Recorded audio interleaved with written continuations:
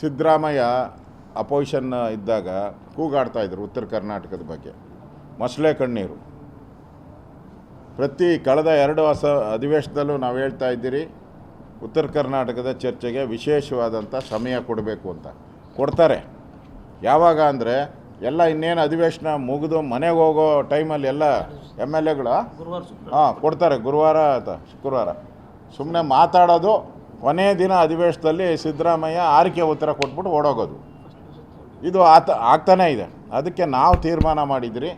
ಇವತ್ತು ನಾನು JDS ನಾಯಕರ ಜೊತೆನೂ ನಾನು ಕುಮಾರಸ್ವಾಮಿ ಅವ್ರ ಜೊತೆ ಚರ್ಚೆ ಮಾಡಿದ್ದೀನಿ. ವಿಜೇಂದ್ರ ಅವ್ರ ಜೊತೆನೂ ಬೆಳಗ್ಗೆ ನಾನು ಫೋನ್ ಮಾಡಿದರು. ರವಿಕುಮಾರ್ ಫೋನು ಇದ್ದಾಗ ಫೋನ್ ಮಾಡಿದರು. ನಾವು ಇದನ್ನು ಚರ್ಚೆಗೆ ತಗೊಳ್ಳಿ ಅಂತ ಕೇಳಲ್ಲ.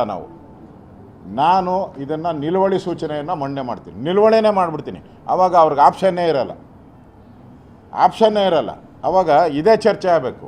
ಈ ಡ್ಯಾಮ್ ಬಗ್ಗೆನೂ ಚರ್ಚೆ ಆಗಬೇಕು. 2ನೇ ಬೆಳೆ ಹಾನಿ ಆಗಿರೋದು, ಉತ್ತರ ಕರ್ನಾಟಕಕ್ಕೆ ಏನೇನು ಎರಡು ಬೆಳಗಾವಿ ಅಧಿವೇಶನದಲ್ಲಿ ಏನು ಮಾತು ಕೊಟ್ಟಿದ್ರು ಅದೆಲ್ಲ ಲಿಸ್ಟ್ ಮಾಡಿದ್ದೀನಿ ನಾನು.